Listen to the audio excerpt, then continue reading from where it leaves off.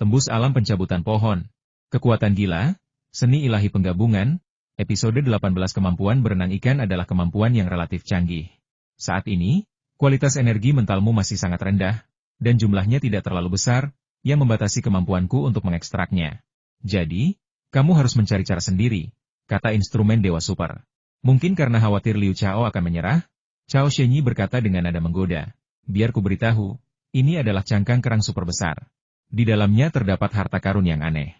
Harta karun ini mengandung energi spiritual yang melimpah, yang akan sangat bermanfaat bagi kultivasi dan penggabungan kemampuan ilahimu. Ini memungkinkanmu untuk menggabungkan beberapa kemampuan biologis yang sangat sulit untuk digabungkan. Harta karun yang berisi energi spiritual tersembunyi di dalam cangkang kerang? Bagaimana mungkin? Liu Chao terkejut, gembira, dan bingung. Berharap dia bisa segera turun dan mengambil harta karun itu. Liu Chao, pulau ini sangat indah. Pantainya seperti salju, rumputnya seperti karpet hijau, dan aliran sungai yang jernih mengalir dari hutan, melintasi padang rumput, dan menuju ke laut. Ayo, kita ke sana. Aku suka tempat ini, kata Wang Yun dengan penuh semangat. Meskipun malam hari, cahaya bulan sangat terang dan bintang-bintang berkel twinkling, dan Wang Yun, meskipun hanya orang biasa, masih dapat melihatnya dengan jelas. Liu Chao setuju, merangkulnya saat mereka keluar dari kendaraan selam, dan dalam sekejap mereka sudah berada di pulau itu. Dengan berat hati ia menurunkannya. Sangat indah, sungguh sangat indah, seru Wang Yun, menatap dengan penuh perhatian pada pemandangan yang menakjubkan itu. Liu Chao, ayo kita dirikan tenda di sini. Sebuah sungai mengalir dengan tenang, dan pasir keperakan terbentang tepat di depan mata kita. Liu Chao tentu saja tidak keberatan dan segera mengeluarkan tenda lalu mendirikannya. Kemudian dia melepaskan Silver dan Blue Sky dari ruang tikus merah, memerintahkan mereka untuk menjaga tenda dan mengawasi setiap gangguan. Di pulau seperti itu, meskipun Anda mungkin tidak melihat orang dan siapa tahu ada hewan berbahaya, dengan langit biru keperakan yang melindunginya, Anda benar-benar bisa tidur nyenyak. Kedua hewan peliharaan itu langsung setuju. Silver dengan patuh berbaring di atas tenda, matanya yang seperti giok melirik ke sekeliling. Namun, Lantian tiba-tiba melayang ke udara dan mulai berputar-putar di atas pulau itu. Liu Chao, aku ingin mandi. Bisakah kau mengambilkan 2 ember air sungai untukku? Wang Yun memanggil Liu Chao dengan suara yang menawan. Jangan mengambil air, cukup mandi di sungai. Aku melihat kolam dangkal di sana. Setelah Liu Chao selesai berbicara pelan, dia bersiul, dan benda perak itu sudah terlempar ke bahu Wang Yun. Kemudian ia menuntun Wang Yun ke kolam dangkal, mengeluarkan tas yang dibawa Wang Yun dari ruang tikus tanah merah, dan berkata sambil tersenyum, Guru, dengan Bai Yin melindungi Anda, semua makhluk beracun akan terpaksa mundur, sehingga Anda dapat mandi dengan tenang. Oh, saya lupa memberitahu Anda, Bai Yin juga seorang wanita. Perak dapat melindungi dari semua racun dan makhluk kuat, tetapi tidak dapat menghentikanmu. Kau tidak akan mengintip, kan? Wang Yun berkata dengan ekspresi gugup. Saya seorang pria terhormat, saya tidak akan mengintip. Jika saya melihat, saya akan melihat secara terbuka dan jujur. Liu Chao berkata dengan tulus, tentu saja, dia tidak mengucapkan kalimat terakhir itu. Setelah mengatakan itu, dia berbalik dan berjalan pergi. Duduk di pasir keperakan, memeras otaknya untuk mencari cara menyelam ke dasar laut sedalam 100 meter dan mengambil harta karun di dalam cangkang kerang itu.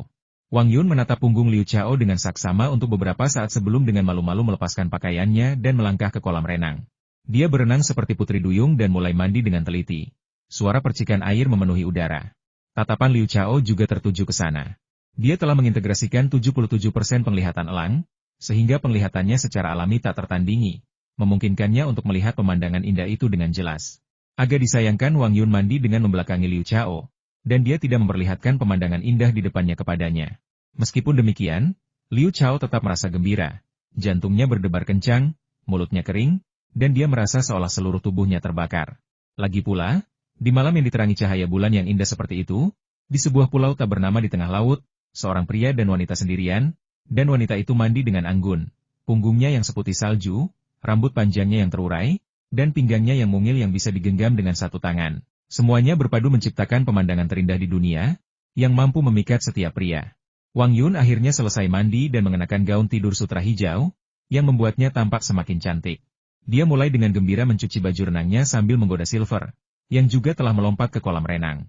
Bai Yin juga sedang mandi. Dia menenggelamkan diri ke dalam air lalu menjulurkan kepalanya, menunjuk dengan satu jari ke arah sabun mandi yang telah diletakkan Wang Yun di tepi kolam. Dia mengeluarkan suara mencicit, jelas bermaksud menggunakan sabun mandi itu untuk mandi. Wang Yun merasa geli sekaligus jengkel. Seekor laba-laba benar-benar ingin mandi, bahkan perlu menggunakan sabun mandi. Ini sungguh lucu sekali. Namun, ia tidak menolak. Ia menuangkan sedikit sabun mandi ke tubuh Baiyin, dan Baiyin dengan cepat menggosok-gosokkan tangannya, tampak cukup senang. Hal ini membuat Wang Yun terkikik dan tertawa uncontrollably. Melihat hal itu, senyum cerah muncul di wajah tampan Liu Chao. Seketika itu, sebuah ide terlintas di benaknya, dan matanya berbinar. Jika Anda dapat menyediakan oksigen sendiri, menyelam hingga kedalaman 100 meter bukanlah hal yang sulit. Sebelumnya, perangkat Dewa Super telah mengekstrak kemampuan fotosintesis dari rumput kecil dan menyimpannya di ruang titik merah. Setelah menyatu dengannya, ia seharusnya mampu menghasilkan oksigen sendiri. Hari ini, saat ia bekerja sebagai mitra latih tanding di Sasana Bela Diri, ia telah mengintegrasikan 50% kemampuan pohon pinus kerdil untuk mempertahankan kemudaan, yang cukup untuk memungkinkannya mengintegrasikan kemampuan baru. Memikirkan hal ini, dia tak sabar untuk berkata, "Perangkat Dewa Super, cepat, gabungkan kemampuan fotosintesis rumput ke dalam milikku." Begitu dia selesai berbicara, cahaya hijau samar memancar dari tahi lalat merah itu, langsung menyelimuti Liu Chao. Pada saat yang sama, bila kemajuan untuk proses fotosintesis sehelai rumput kecil muncul di layar virtual dalam pikiran Liu Chao. Bila itu meningkat dengan cepat, dan baru berhenti ketika mencapai 25%.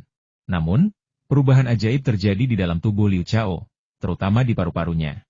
Perubahan itu sangat besar. Semua lobus paru-parunya tampak berubah menjadi daun hijau, dan mampu mengubah karbon dioksida dalam darahnya menjadi oksigen.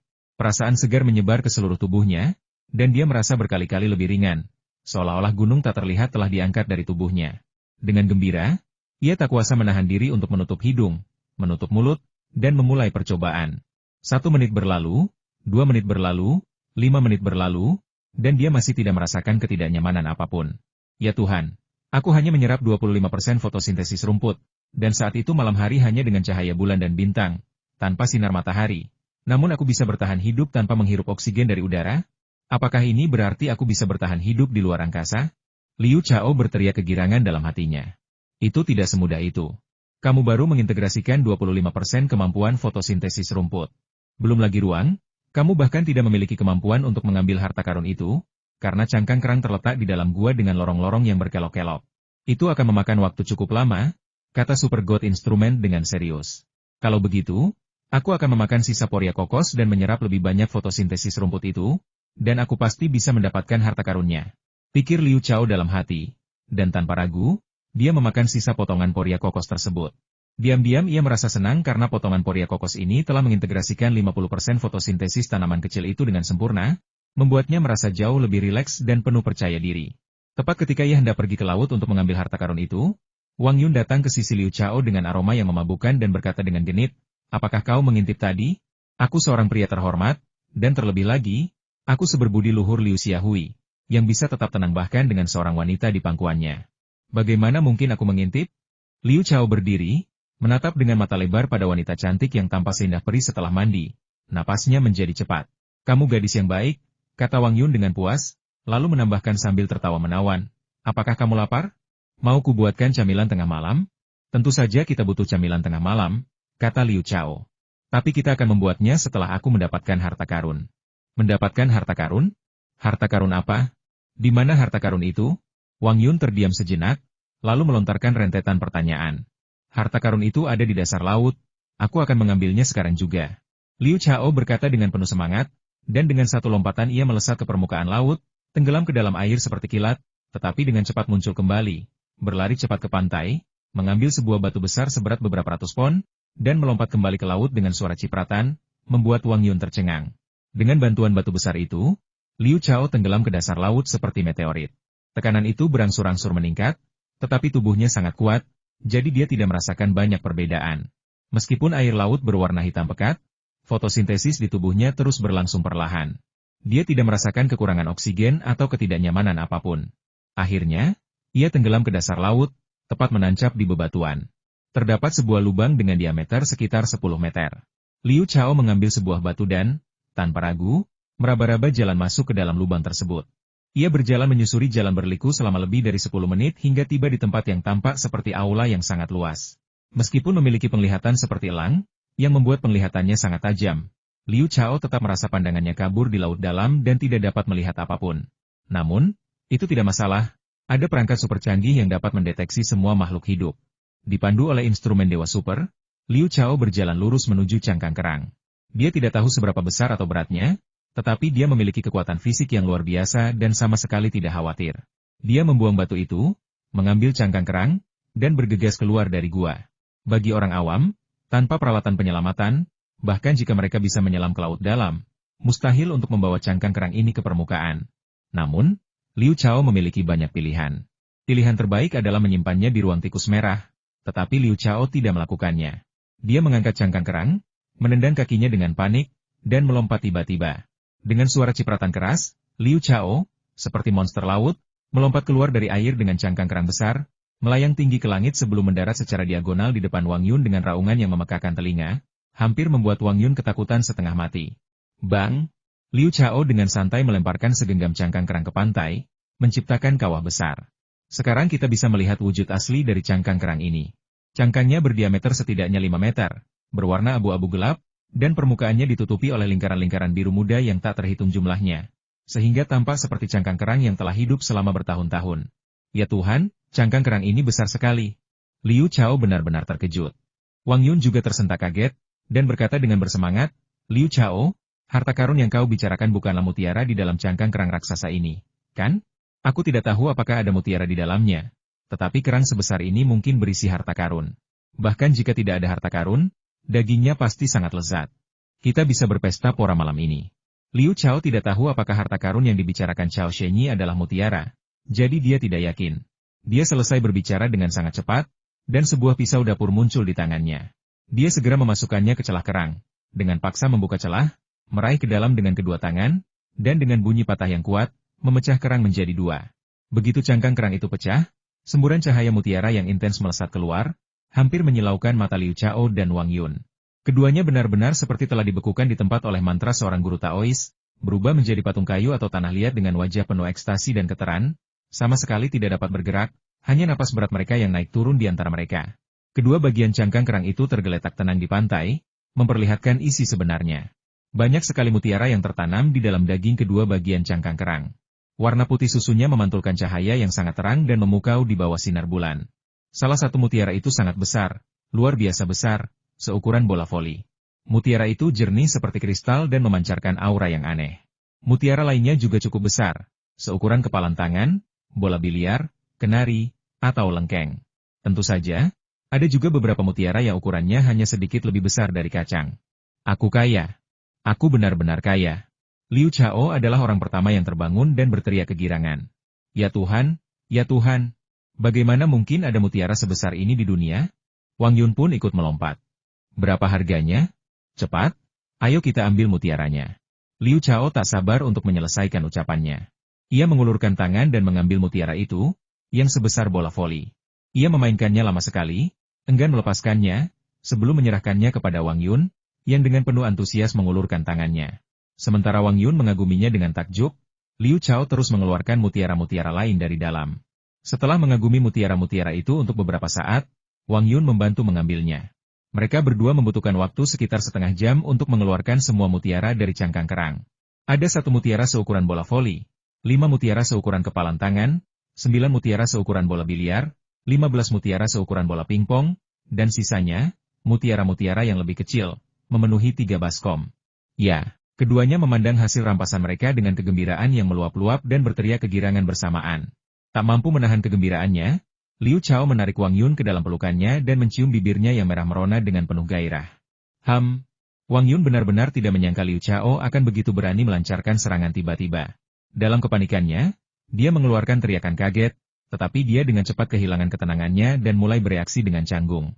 Ini bukan pertama kalinya dia dan Liu Chao berciuman penuh gairah. Ini adalah kali ketiga mereka, tetapi dia masih merasa jatuh cinta padanya. Setengah jam telah berlalu ketika ciuman penuh gairah itu berakhir. Wang Yun ambruk ke pelukan Liu Chao, merasa cemas dan malu. Dasar bajingan, apa kau lupa bahwa kau hanya berpura-pura menjadi pacarku? Kau bisa membuatnya terlihat nyata, kan? Kata Liu Chao lemah. Aku tahu kau sama sekali tidak tulus, kau hanya mencoba memanfaatkan guru.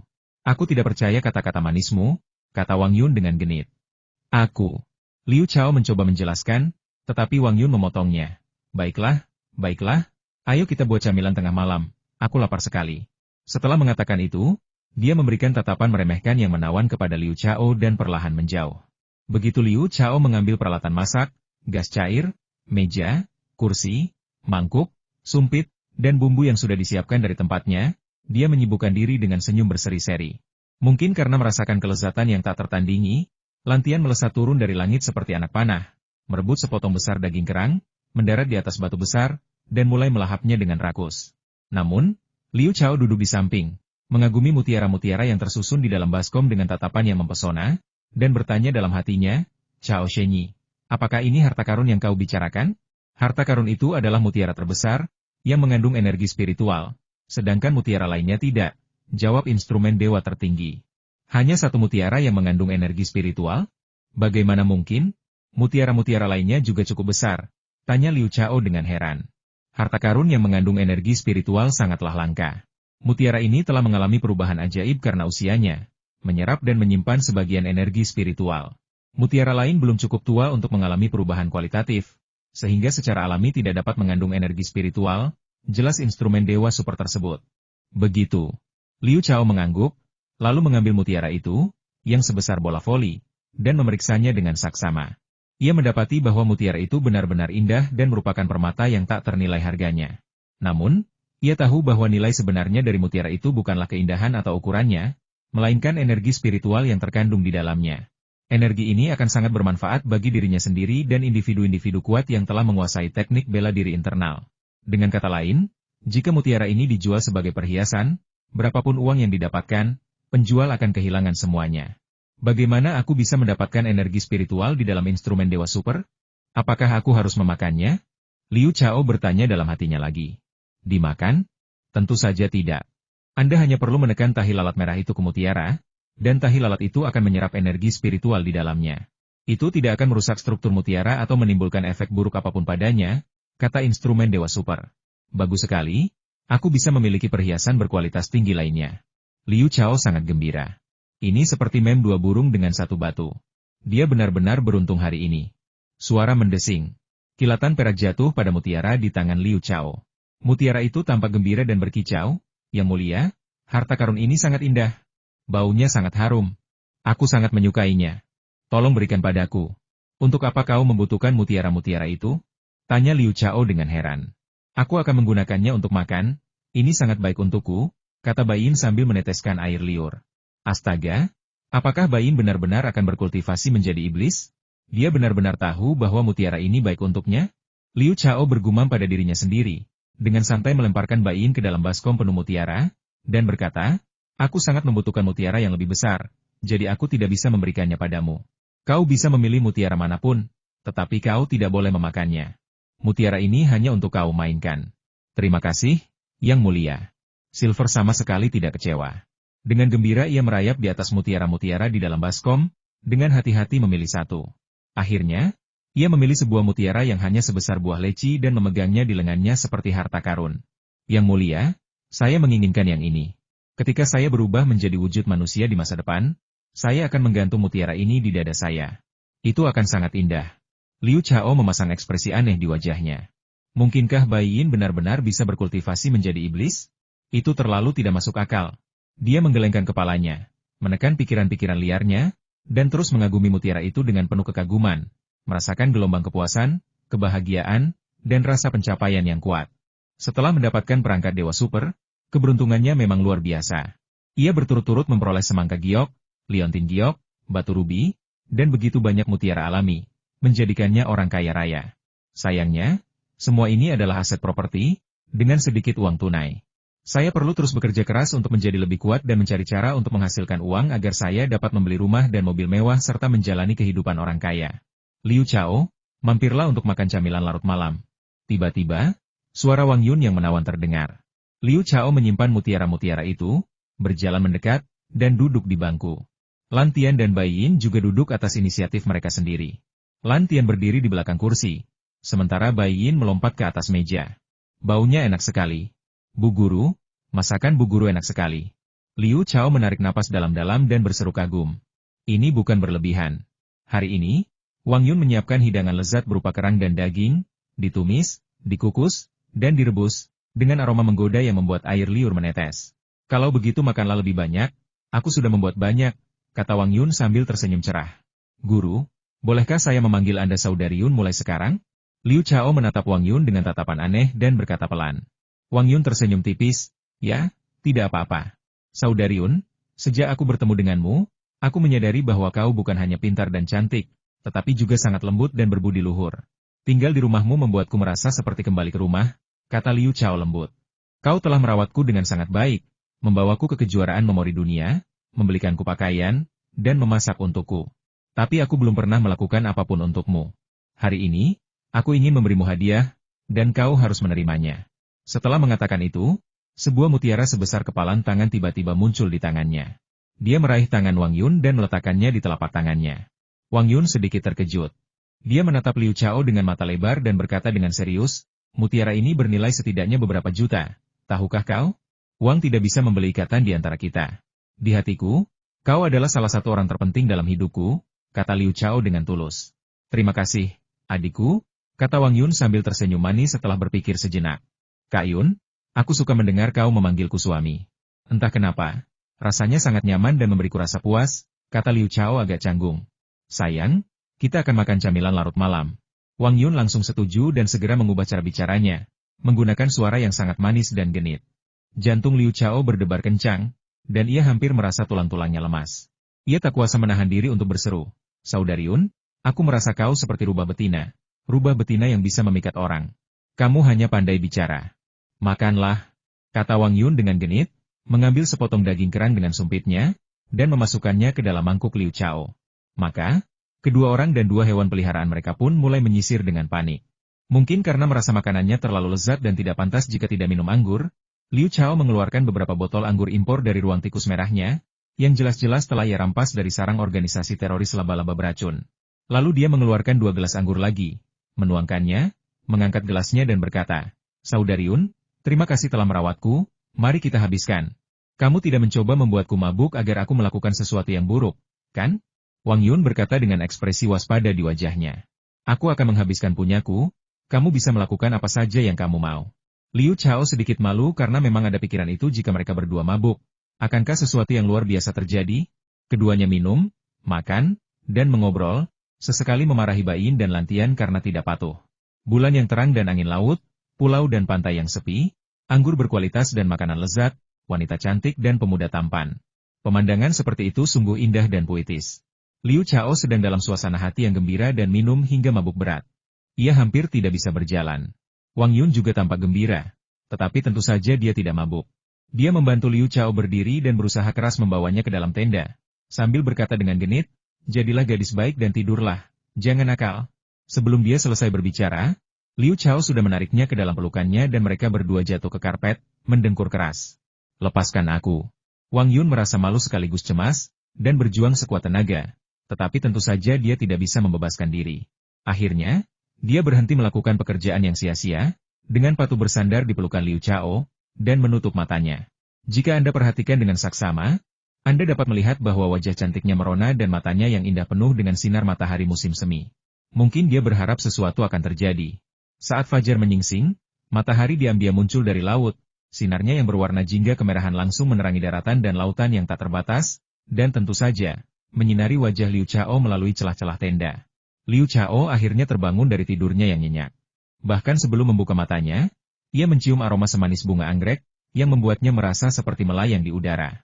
Aroma ini tentu saja berasal dari tubuh lembut dan halus dalam pelukannya. Mungkinkah aku tidur sambil memeluk Saudari Yun sepanjang malam? Liu Chao sedikit ketakutan dan membuka matanya dengan perasaan campur aduk.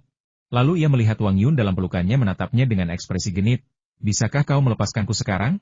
Kau hampir mematahkan tulangku dengan memelukku seperti itu. Ah, maafkan saya. Liu Chao dengan cepat melepaskan tangannya. Wang Yun melompat dan berlari keluar tenda seolah-olah melarikan diri. Aku akan membuat sarapan. Kamu juga harus bangun. Setelah beberapa saat, Liu Chao dengan gugup keluar dari tenda, berjalan menghampiri Wang Yun yang sedang sibuk membuat sarapan, menggaruk rambutnya dengan tangannya yang besar, dan bertanya dengan agak malu-malu. Kak Yun, apakah aku melakukan itu denganmu tadi malam? Beraninya kau menanyakan itu? Wang Yun mendongak dan menatap tajam Liu Chao. Seperti yang diduga, mabuk berujung pada masalah. Aku memang pernah melakukan itu bersamamu, tapi aku sama sekali tidak ingat. Seperti apa rasanya? Gumam Liu Chao dengan menyesal. Suami, bagaimana rencanamu memperlakukanku? Tanya Wang Yun lembut. Apakah kau ingin aku bertanggung jawab?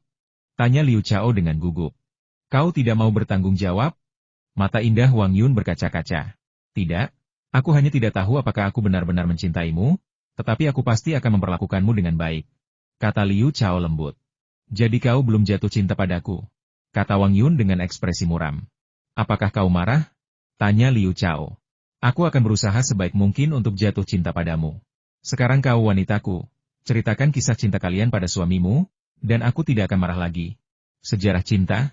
Wang Yun terkejut, lalu berkata dengan serius, kau adalah cinta pertamaku. Itu tidak mungkin. Aku sudah memeriksa karpet dengan teliti barusan dan tidak melihat sesuatu yang berwarna merah. Kata Liu Chao lemah. Benda merah apa itu? Tanya Wang Yun dengan terkejut. Bukankah ada pepatah yang mengatakan bahwa seorang wanita mengalami pendarahan pertama kali? Kata Liu Chao sambil tersipu. Wajah cantik Wang Yun memerah padam. Dia meletakkan tangannya di pinggang dan berkata dengan genit, anak bodoh, kamu tidur nyenyak semalam dan tidak melakukan apa-apa, jadi tentu saja tidak ada darah. Ah, aku tidak melakukan apapun? Liu Chao memasang ekspresi aneh di wajahnya, seolah menyesali kehilangan kesempatan bagus tersebut, namun juga tampak senang karena ia tidak melakukan kesalahan. Pah, kau benar-benar berbuat jahat. Jangan lupa, kau hanya berpura-pura menjadi pacarku. Wang Yun menatap tajam Liu Chao dan melanjutkan membuat sarapan. Sarapannya sederhana mie yang dimasak dalam kaldu yang terbuat dari daging kerang. Sekarang cuacanya panas, dan daging kerang yang belum habis kemarin seharusnya sudah busuk. Namun, Liu Chao memasukkannya ke dalam ruang tikus merah, yang memiliki fungsi pengawetan, sehingga daging kerang tersebut sama sekali tidak busuk. Setelah sarapan, kedua orang itu dan dua hewan peliharaan mereka mulai menikmati pemandangan pulau yang indah, perlahan berjalan mengelilingi pulau dan meninggalkan dua jejak kaki yang dalam di pantai. Sayang, pulau ini mungkin tidak ada di peta. Ini pulau tanpa nama. Mari kita beri nama Pulau Cinta, ya? Kata Wang Yun. Cinta itu sangat indah, dan pulau ini juga indah. Nama Pulau Cinta sangat cocok. Love Island, aku suka nama ini, dan aku tidak akan pernah melupakan kemarin dan hari ini, kata Liu Chao. Kau benar-benar tidak akan lupa? Wang Yun menoleh untuk melihat Liu Chao. Matanya yang indah berkaca-kaca, dan saat angin laut bertiup, dua tetes air mata sebening kristal mengalir di wajahnya. Saudari Yun, mengapa kau menangis? Tanya Liu Chao dengan heran. Suamiku, kau sangat berbakat dan luar biasa. Aku merasa kau akan segera pergi dari hidupku dan menuju dunia yang memang milikmu. Kau bagaikan naga ilahi yang sesekali jatuh ke dunia fana, tetapi segera terbang kembali ke surga, hanya meninggalkan legenda yang mengharukan, kata Wang Yun dengan sedih. Liu Chao merasakan sakit yang tiba-tiba di hatinya dan berkata pelan, Saudari Yun, kemanapun aku pergi, bahkan keluar angkasa, aku akan membawamu bersamaku selama kau bersedia. Benarkah? Wang Yun menatap Liu Chao dengan ekspresi aneh. Sungguh? Kata Liu Chao dengan tulus. Sayang, kamu sangat baik padaku. Wang Yun tertawa terbahak-bahak di tengah air matanya dan mempercepat langkahnya, menarik Liu Chao bersamanya. Jika Anda perhatikan dengan saksama, Anda dapat melihat kesedihan di wajahnya yang tak bisa disembunyikan oleh senyumannya. Bukan karena dia tidak mempercayai Liu Chao, dia hanya tidak percaya dia bisa bertahan di dunia Liu Chao. Lagi pula, dia hanyalah wanita biasa, tidak mengerti kultivasi, dan tidak memiliki kemampuan luar biasa yang dimiliki Liu Chao. Namun, ia adalah wanita yang sangat cerdas, dan ia dengan cepat mengumpulkan semangatnya dan mulai menikmati waktu yang indah itu. Sambil memegang tangan Liu Chao, ia tertawa dan bercanda, dan sesekali bernyanyi dengan merdu. Suaranya semerdu kicau burung pipit. 3 hari berlalu begitu cepat. Liu Chao dan Wang Yun dengan berat hati berangkat pulang, masih menggunakan kendaraan selam untuk melaju cepat di laut. Dengan sedikit penyesalan, Liu Chao mendapati jumlah alkohol yang ia ambil terlalu sedikit untuk membuatnya mabuk lagi. Meskipun ia dan Wang Yun tidur di tenda yang sama malam itu, mereka tidak berpelukan. Melihat Wang Yun tidur nyenyak, bernapas teratur, tanpa merayu atau menggodanya, dia tahu dia tidak bisa mengkhianati kepercayaannya dan tidak akan melakukan hal-hal keji. Setelah berlayar selama sekitar 2 jam, Liu Chao tiba-tiba mendengar suara bersemangat dari instrumen Dewa Super di benaknya seekor Xuanwu telah terdeteksi. Ia memiliki kemampuan pertahanan yang luar biasa.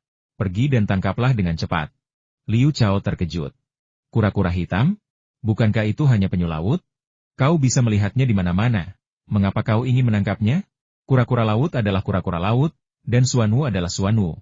Keduanya tidak bisa disamakan, kata Cao Shenyi. Xuanwu adalah makhluk mitos dalam legenda manusia kalian, setara dengan naga biru, harimau putih, dan burung merah. Ah! Kura-kura hitam, yang setara dengan naga biru, harimau putih, dan burung merah? Aku belum cukup kuat, bagaimana aku bisa menangkapnya? Liu Chao terkejut, gembira, dan khawatir. Suanu ini baru saja menetas dan belum kuat, jadi tentu saja kau bisa menangkapnya, kata Cao Shenyi. Mengapa tidak sekalian saja mengekstrak kemampuan pertahanannya? Saran Liu Chao. Kemampuan bertahan Suanu sangat canggih. Kekuatan mentalmu saat ini terlalu lemah, membatasi kemampuanku. Aku tidak bisa mengekstrak kekuatan bertahannya. Karena itu, aku harus menangkapnya dan memberinya makan di ruang titik merah. Setelah kau menjadi lebih kuat, aku bisa mengekstrak kekuatan bertahannya. Aku harus menjelaskan kepadamu bahwa Suanu memiliki bakat luar biasa. Ia tahu cara berkultivasi sendiri. Bahkan jika kau mengekstrak kekuatan bertahannya, ia akan memulihkannya setelah beberapa waktu, dan kemudian kau dapat terus mengekstraknya. Mulai saat itu sepenuhnya untuk kultivasimu, kata instrumen Dewa Super dengan sungguh-sungguh. Ekspresi terkejut muncul di wajah Liu Chao. Suanu itu ternyata begitu ajaib, dan Suanu ajaib seperti itu benar-benar sangat berharga baginya. Dia segera memperlambat kecepatan kapal selamnya dan perlahan naik ke permukaan. Kemudian dia melihat seekor kura-kura kecil, seukuran kepalan tangan, berenang dengan riang di permukaan laut, menggelengkan kepalanya dan bermain-main, tampak sangat menggemaskan. Namun, kura-kura kecil ini berbeda dari kura-kura lainnya. Cangkangnya sebagian besar berwarna emas, diselingi beberapa garis hitam, membentuk pola yang misterius. Betapa cantiknya kura-kura kecil ini. Wang Yun, yang duduk di sebelah Liu Chao, juga langsung melihatnya dan menunjukkan ekspresi gembira di wajahnya. Kak Yun, aku akan menangkap kura-kura ini. Kamu tetap di dalam mobil. Setelah Liu Chao selesai berbicara dengan suara rendah, dia membuka pintu mobil, berjingkat keluar, dan berjalan ringan di atas laut, perlahan mendekati Suanu. Suanu segera merasakan ada sesuatu yang tidak beres, melirik Liu Chao, lalu mengabaikannya dan melanjutkan bermain di laut. Liu Chao diam-diam merasa senang. Bagaimana mungkin dia tidak menangkap Suanu yang baru lahir seperti itu, yang tidak memiliki kewaspadaan sama sekali? Tanpa ragu-ragu, dia tiba-tiba menerjang ke depan, menggerakkan tangannya membentuk cakar, dan mencengkeram Suanu dengan kecepatan kilat. Suanu mengeluarkan tawa yang hampir tak terdengar dan penuh penghinaan, mengibaskan ekornya sedikit, dan dengan suara dentuman keras, gelombang besar tercipta, dan tubuhnya langsung terlempar lebih dari 10 meter. Liu Chao dengan mudah meraih sesuatu dengan kedua tangannya dan tenggelam ke dalam air dengan suara cipratan. Seperti yang diharapkan dari Suanu, ia memiliki kemampuan di air yang luar biasa. Menangkapnya mungkin akan sangat sulit. Liu Chao menghela napas menyesal dalam hatinya. Bahkan orang bodoh pun bisa membayangkan bahwa Suanu kecil akan segera melarikan diri. Begitu menyelam ke perairan dalam, dia tidak akan punya cara untuk menangkapnya, karena dia bukan perenang yang baik dan tidak bisa mendapatkan oksigen. Namun dia tetap muncul ke permukaan secepat mungkin. Matanya terbuka lebar, mencari jejak Suanu kecil. Yang mengejutkan, Suanu kecil itu tidak lari. Ia mengapung di permukaan laut sekitar belasan meter darinya, terus menggelengkan kepalanya dan tampak cukup puas, seolah tidak menyadari adanya ancaman. Suara mendesing. Tanpa ragu, Liu Chao menerkam lagi. Namun seperti kata pepatah, keponakanlah yang membawa lentera, dan kura-kura hitam kecil itu mengibaskan ekornya. Seolah-olah ia bisa berteleportasi seketika, dan dalam sekejap mata ia sudah berada lebih dari 10 meter jauhnya. Terlebih lagi, ia tidak lari, tetapi terus mengabaikan Liu Chao dan terus bermain di laut. Liu Chao terkejut. Dia menghentikan usahanya yang sia-sia, mengelus dagunya dan merenung sejenak. Kemudian, dia mendapat ide dan melepaskan Bai dan Lantian dari ruang tikus tanah merah. Dia memerintahkan, Bai, Lantian, serang bersama dan tangkap kura-kura kecil ini. Maka perak itu jatuh ke laut dan melesat menuju kura-kura hitam kecil itu seperti kilat. Namun, Blue Sky sedang terbang di udara, siap untuk lepas landas. Liu Chao juga berputar dari sisi lain, bersiap untuk bergabung dalam pengejaran dan pencegatan. Akhirnya, Bai tiba di depan Suanu, membuka mulutnya lebar-lebar, dan memuntahkan benang laba-laba, yang dengan cepat mengikat Suanu. Tepat ketika benang laba-laba hendak mendarat di Suanu, Suanu tiba-tiba membuka mulutnya, dan aliran air tipis menyembur keluar, langsung mengenai benang laba-laba tersebut. Benang sutra laba-laba itu terbang kembali dan, bersama dengan air, mengenai Bai, menyebabkan dia terjatuh dan kehilangan keseimbangan. Liu Chao tercengang. Wang Yun, yang dapat melihat dengan jelas dari dalam kapal selam, juga tercengang dan terdiam, hampir tidak percaya dengan apa yang dilihatnya. Bagaimana mungkin seekor kura-kura kecil bisa sekuat itu? Mungkinkah ini bukan lagi bumi, melainkan dunia lain? Suara mendesing. Namun, Blue Sky tidak membeku. Melihatnya dengan jelas, ia melesat turun seperti anak panah tajam. Cakarnya yang tajam seperti kait besi tiba-tiba terbuka dan mencengkeram Suanu dengan kekuatan luar biasa. Seperti yang diharapkan dari seekor raptor, Blue Sky sangat cepat. Begitu cepatnya sehingga hampir tak terlihat oleh mata telanjang. Dan begitu cepat sehingga kura-kura hitam kecil bahkan tidak sempat bereaksi sebelum ditangkap oleh Blue Sky. Hebat, hebat. Akhirnya kita berhasil menangkapnya, Blue Sky luar biasa. Liu Chao berteriak kegirangan. Namun, senyumnya langsung membeku di wajahnya, karena ia menyadari bahwa itu hanyalah bayangan Xuanwu. Ketika melayang ke langit dalam lengkungan yang indah, Xuanwu dicakarnya hancur berkeping-keping seperti asap, hanya menyisakan tetesan air yang menetes. Sementara itu, wujud asli Little Xuanwu muncul kembali di permukaan laut sekitar belasan meter jauhnya, terus bermain-main dan menggelengkan kepalanya, seolah-olah serangan Lantian sama sekali tidak berarti baginya dan tidak menimbulkan ancaman apapun. Liu Chao tercengang. Wang Yun juga tercengang. Silver, yang telah muncul kembali, juga tampak waspada. Adapun makhluk biru yang terbang di angkasa, ia sangat marah hingga meraung dan menukik turun untuk menyerang Xuanwu lagi seperti anak panah. Namun, usahanya sia-sia, seperti keponakan yang mencoba menyalakan lentera. Setiap kali, Xuanwu kecil akan menghilang seperti hantu dan kemudian muncul kembali belasan meter jauhnya. Jelas sekali, ini adalah kemampuan magis teleportasi.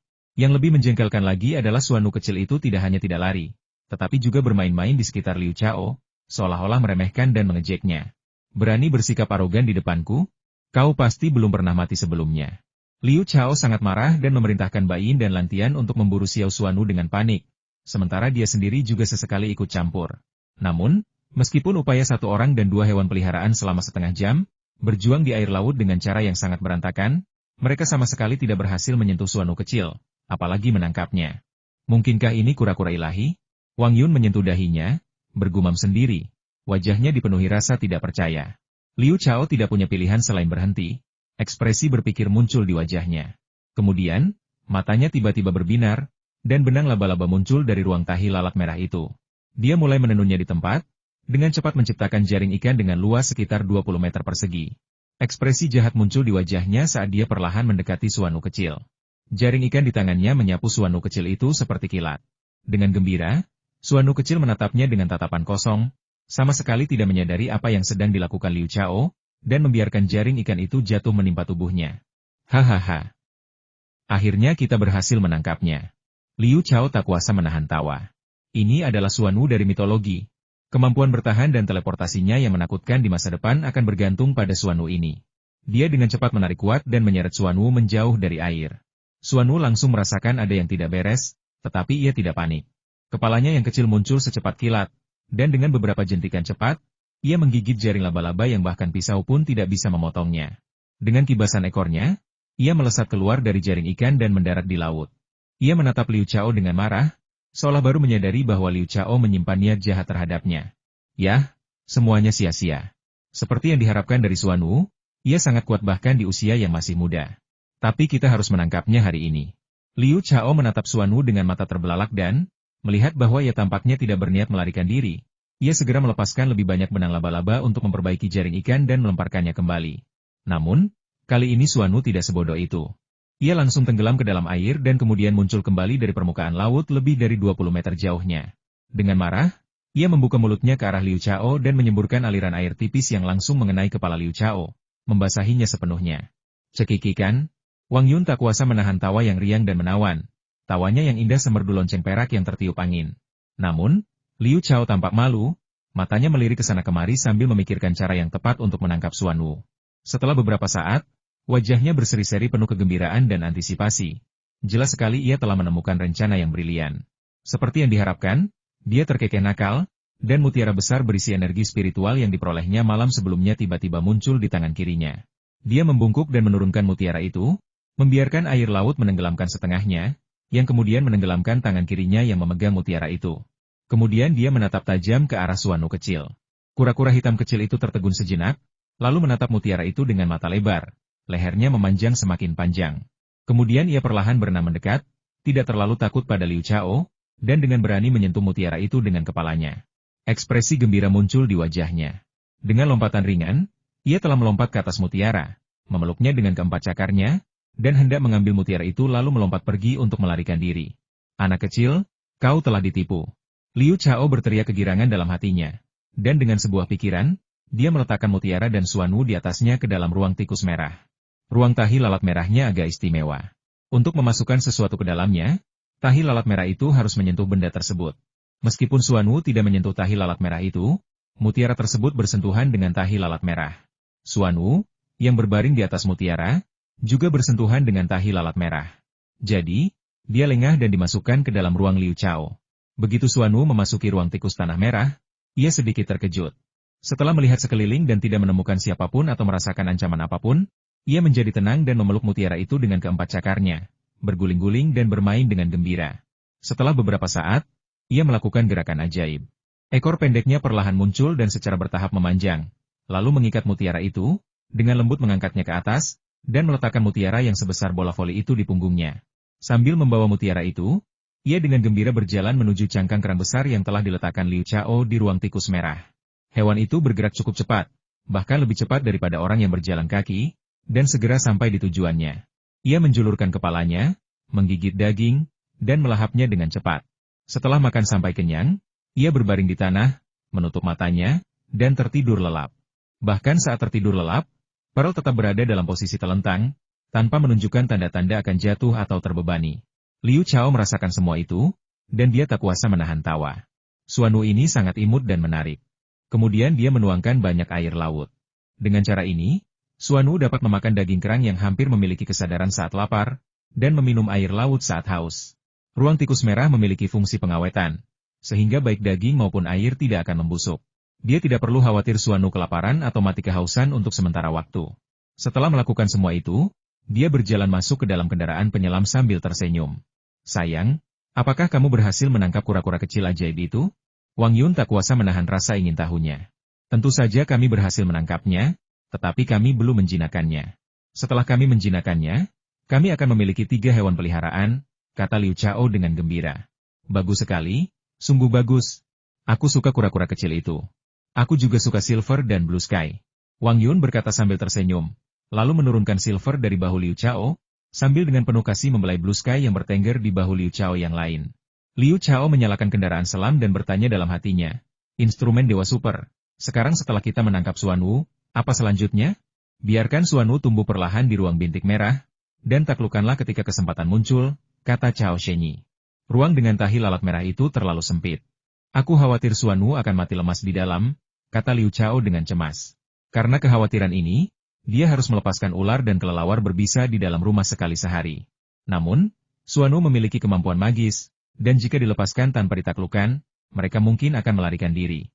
Setelah aku naik ke level 2, kau akan mengintegrasikan penglihatan seekor elang, kemampuan berbahasa seekor kurcaci, kemampuan menyamar seekor bunglon, kemampuan awet muda seekor pohon pinus kerdil, dan kemampuan fotosintesis sehelai rumput. Nantinya, kau akan mengintegrasikan 4 kemampuan hewan tingkat lanjut lainnya.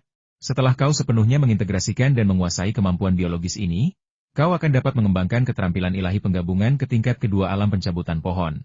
Kekuatan spiritualmu secara alami akan meningkat sesuai dengan itu, dan aku juga akan dapat naik ke tingkat kedua dari level 2. Ruang tikus merah kemudian akan mengalami perubahan ajaib, dan kekhawatiranmu tidak akan ada lagi, kata instrumen Dewa Super dengan nada menggoda. Hehe, selama aku menyatu dengan 4 kemampuan biologis tingkat lanjut lainnya, aku bisa maju ke level berikutnya. Maka aku pasti akan mampu menghadapi para ahli yang telah berkultivasi hingga tingkat ke-6 alam hewan.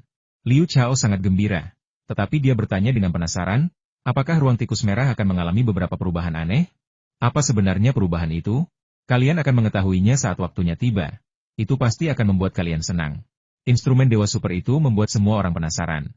Liu Chao sangat bersemangat dan hampir tidak sabar, berharap dia bisa segera berkultivasi ke tingkat kedua alam penarik pohon agar bisa menyaksikan perubahan ajaib di ruang tikus merah. Setelah berpikir sejenak, dia berkata, instrumen ilahi super, kurasa Suanu sebenarnya hanyalah seekor kura-kura, meskipun kura-kura yang lebih luar biasa. Karena Suanu memiliki kemampuan bertahan yang begitu kuat, maka kura-kura laut seharusnya juga memiliki kemampuan bertahan yang cukup besar, bukan? Bisakah kau mengekstrak kemampuan bertahan kura-kura laut sekarang? Penyu laut memang memiliki kemampuan pertahanan yang kuat, yang merupakan kemampuan yang relatif canggih. Aku juga memiliki kemampuan untuk mengekstraknya. Apakah kau ingin mengekstrak dan menggabungkannya? Kata instrumen Dewa Super. Aku telah mendeteksi banyak penyu laut saat ini. Ya, jawab Liu Chao tanpa ragu. Sekarang dia harus menjadi rekan latih tanding Kuo Yi, dan Kuo Yi memang sangat kuat. Terakhir kali, dia bahkan membuat kulitnya memar dan membuatnya sedikit kesakitan. Jika dia tidak menggunakan ramuan aneh untuk mengobatinya saat itu, dia mungkin tidak akan pulih secepat itu. Jika dia bisa mengekstrak kemampuan bertahan kura-kura, dia seharusnya tidak perlu khawatir terluka, dan dia bisa menjadi jauh lebih kuat. Selain itu, ia memiliki harapan lain meskipun kura-kura itu bukan Xuanwu. Pasti ada hubungan darahnya dengan Xuanwu. Ia telah menggabungkan kemampuan kura-kura itu, dan mungkin ia bisa berkomunikasi dengan Xuanwu, yang akan mempermudah penaklukan Xuanwu. Begitu dia selesai berbicara, kemampuan pertahanan seekor kura-kura di laut diekstraksi, berubah menjadi cahaya putih samar yang menyinari kapal selam dan kemudian melesat masuk melalui lubang ventilasi antena kapal selam, seketika menyelimuti Liu Chao. Hampir bersamaan, bila kemajuan untuk penggabungan kemampuan pertahanan penyu laut muncul di layar virtual dalam pikiran Liu Chao, meningkat dengan cepat dari 0 hingga mencapai 20% sebelum berhenti. Namun, tubuh Liu Chao mengalami perubahan yang luar biasa. Kulitnya menjadi sangat kencang dan keras, seperti lempengan baja, dan tulang serta ototnya juga mengalami beberapa perubahan aneh, menjadi seperti batangan baja. Liu Chao sangat gembira dan tak sabar untuk menjadi rekan latih tanding Kuo Yi untuk melihat seberapa besar kemampuan bertahannya telah meningkat. Tanpa menunda lebih lama, ia mempercepat laju mobilnya, melaju menyeberangi laut menuju Yanjing. Malam itu adalah malam Jumat lainnya, gelap gulita tanpa cahaya bintang atau cahaya bulan. Menyamar sebagai Liu Xiaoqiang, Liu Chao, mengenakan seragam latihan hitam, melangkah masuk ke markas besar Sekolah Seni Bela Diri Tiongkok Raya di Beijing. Xiaoqiang, kamu di sini? Pria bertubuh tegap yang menjaga gerbang itu menyambut Liu Chao dengan hangat. Liu Chao mengangguk dan melangkah masuk, tiba di pintu masuk tempat latihan di mana Kuo Yi berlatih hari itu. Tetapi tiba-tiba berhenti di tempatnya. Karena saat ini ada orang yang sedang memberikan pelajaran di lapangan latihan. Seorang pria kurus parubaya yang tampak berusia sekitar 40 tahun berdiri dengan bangga dengan tangan di belakang punggungnya, berbicara tentang misteri mendalam dari kultivasi. Namanya Kuo Jingshan, kepala cabang Beijing dari Akademi Seni Bela Diri Tiongkok Raya, dan juga ayah dari Kuo Yi. Tahun ini ia berusia 42 tahun dan merupakan seorang master yang langka. Ia telah berkultivasi hingga puncak tingkat ke-7 alam binatang buas dan akan segera menembus ke tingkat ke-8. Ketiga ahli bela diri itu berdiri dengan hormat di depan Kuo Jingshan, mendengarkan dengan penuh perhatian. Mereka semua adalah murid-murid kesayangan Kuo Jingshan. Murid tertua bernama Zuo Xiong, berusia 24 tahun ini. Ia memiliki bakat kultivasi yang luar biasa dan telah mencapai tingkat ke-5 alam binatang buas. Ia berbadan tegap dan kekar, serta cukup tampan, tetapi sayangnya, hidungnya yang bengkok mengurangi sebagian besar pesonanya. Murid kedua bernama San Qisheng, yang tahun ini berusia 23 tahun. Dia juga sangat berbakat dan telah berkultivasi hingga tingkat ke-4 alam binatang buas. Tubuhnya sangat kurus, seperti monyet, dan lengan kiri dan kanannya tidak sama panjang. Lengan kanannya setidaknya 1 jari lebih panjang daripada lengan kirinya, yang terlihat agak aneh.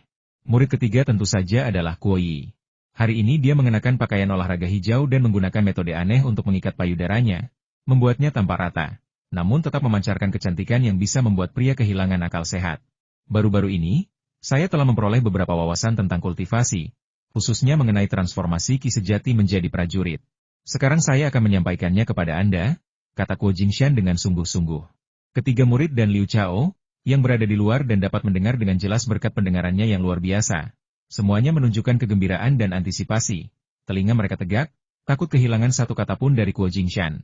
Mungkin kalian tidak tahu, tetapi di zaman kuno, ada banyak ahli yang lebih kuat dari kita. Namun, mereka tidak bisa mengubah energi batin mereka menjadi senjata. Sebaliknya, mereka bertarung dengan senjata yang terbuat dari baja, kata Kuo Jingshan dengan suara berat. Ketiga murid dan Liu Chao semuanya tercengang, wajah mereka dipenuhi rasa tidak percaya. Mungkinkah transformasi Ki sejati menjadi senjata adalah keahlian unik Kuo Jingshan? Kuo Jingshan melanjutkan. Namun, menggunakan Ki sejati untuk memanipulasi senjata biasa memiliki kekurangan yang signifikan. Pertama, senjata itu terlalu berat. Kedua, mudah rusak. Dan ketiga, senjata itu mengonsumsi terlalu banyak Ki sejati. Seperti yang Anda ketahui, jika terlalu banyak Ki sejati dikonsumsi, itu akan merusak energi vital seseorang, yang akan sulit untuk dipulihkan. Mungkin membutuhkan beberapa tahun dan memerlukan penggunaan banyak obat-obatan berharga. Ia berhenti sejenak, lalu melanjutkan, Ki sejati yang diubah menjadi senjata dapat menghindari kekurangan-kekurangan ini, karena senjata sejati memiliki bobot yang ringan. Saat bertarung, senjata tersebut tidak membutuhkan banyak kekuatan fisik, dan Ki sejati pada dasarnya tidak terkonsumsi. Tidak perlu khawatir tentang cara memperbaiki senjata setelah rusak. Yang terpenting, senjata yang diubah dari Ki sejati seseorang memiliki kegunaan yang luar biasa dan selaras dengan pikiran dan jiwa seseorang. Secara alami, senjata tersebut mudah dikendalikan seperti lengan sendiri dan memiliki kekuatan yang tak terbatas. Ekspresi arogan muncul di wajahnya. Dia membuka tangan kanannya, dan pedang panjang yang tajam seketika terbentuk, memancarkan cahaya dingin dan aura kematian. Konon, ada pendekar pedang abadi yang bisa terbang di atas pedang mereka dan membunuh musuh ribuan mil jauhnya. Dulu aku tidak percaya, tapi sekarang aku percaya. Ya Tuhan, mungkinkah guru sekarang bisa terbang di atas pedang? Ketiga murid itu berteriak dalam hati mereka hampir bersamaan. Mungkinkah benar-benar ada manusia abadi pengguna pedang? Liu Chao juga tampak terkejut dan ragu. Matanya membelalak, pandangannya tertuju pada Kuo Jingshan, tak mampu mengalihkan pandangan. Kuo Jingshan melirik ketiga muridnya, seolah memahami pikiran mereka, dan tersenyum tipis. Aku belum bisa terbang di atas pedang, tapi aku bisa membunuh musuh dengan pedang. Perhatikan baik-baik. Setelah mengatakan itu, dia menatap tajam pedang di tangannya dan berteriak, "Pergi!" Suara mendesing. Begitu dia selesai berbicara, pedang di tangannya melayang ke udara, berubah menjadi cahaya putih. Dalam sekejap mata, pedang itu terbang jauh, menyentuh rambut Liu Chao, dan dengan suara wos yang lembut, menembus pohon akasia setebal pelukan seorang pria. Kemudian berputar kembali dan mendarat dengan ringan di tangan Kuo Jingshan. Liu Chao tanpa sadar menyentuh kepalanya dan mendapati sebagian rambutnya telah terpotong dan melayang di tanah tertiup angin. Ia terkejut. Jika pedang itu tidak diarahkan ke rambutnya tetapi ke jantungnya, ia mungkin sudah mati di sini. Namun, ia tidak yakin. Ia telah mengintegrasikan 20% kemampuan bertahan kura-kura, sehingga kemampuan bertahannya sangat kuat. Ketiga murid itu juga sangat terkejut, memandang Kuo Jingshan seolah-olah dia adalah dewa, dan terdiam untuk waktu yang lama. Kuo Jingshan melirik dingin ke arah Liu Chao, yang masih berdiri di sana dengan linglung, dan berpikir dalam hati, apakah anak ini tidak tahu bahwa aku baru saja memperingatkannya? Sepertinya dia adalah orang bodoh yang ceroboh yang tidak tahu pantangan dunia bela diri. Aku tidak akan menghukumnya karena dia adalah rekan latih tanding putriku Kuo Yi dan itu akan sangat bermanfaat bagi kultivasi putriku. Kemudian dia menatap ketiganya dengan saksama dan berkata dengan suara rendah, karena senjata yang terbentuk dari ki sejati dapat berkomunikasi dengan tuannya, para tuan dapat menggunakan kekuatan spiritual mereka untuk memerintahkan senjata-senjata itu terbang dan membunuh musuh. Jika kekuatan spiritual mereka cukup kuat, mereka bahkan dapat mengendalikan senjata-senjata itu untuk terbang. Di masa depan, selain bekerja keras untuk berkultivasi dan meningkatkan ranah kalian, kalian juga harus lebih sering berkomunikasi dengan senjata-senjata itu dan mencoba memerintahkannya untuk terbang dan membunuh musuh. Ini akan meningkatkan kekuatan spiritual kalian. Alasan dia merendahkan suaranya tentu saja karena dia tidak ingin Liu Chao mendengarnya. Namun, ia tak pernah menyangka bahwa Liu Chao telah sepenuhnya mengintegrasikan pendengaran kelelawar, membuat pendengarannya menjadi sangat kuat. Ia masih bisa mendengar apa yang dikatakan Liu Chao dengan jelas. Ekspresi penyesalan muncul di wajahnya. Meridian dan tubuhnya istimewa. Ia tidak bisa memiliki ki sejati, jadi ia tidak bisa memiliki senjata sungguhan, apalagi mengendalikan senjata sungguhan untuk membunuh musuh. Begitu kau menjadi lebih kuat, apapun mungkin terjadi.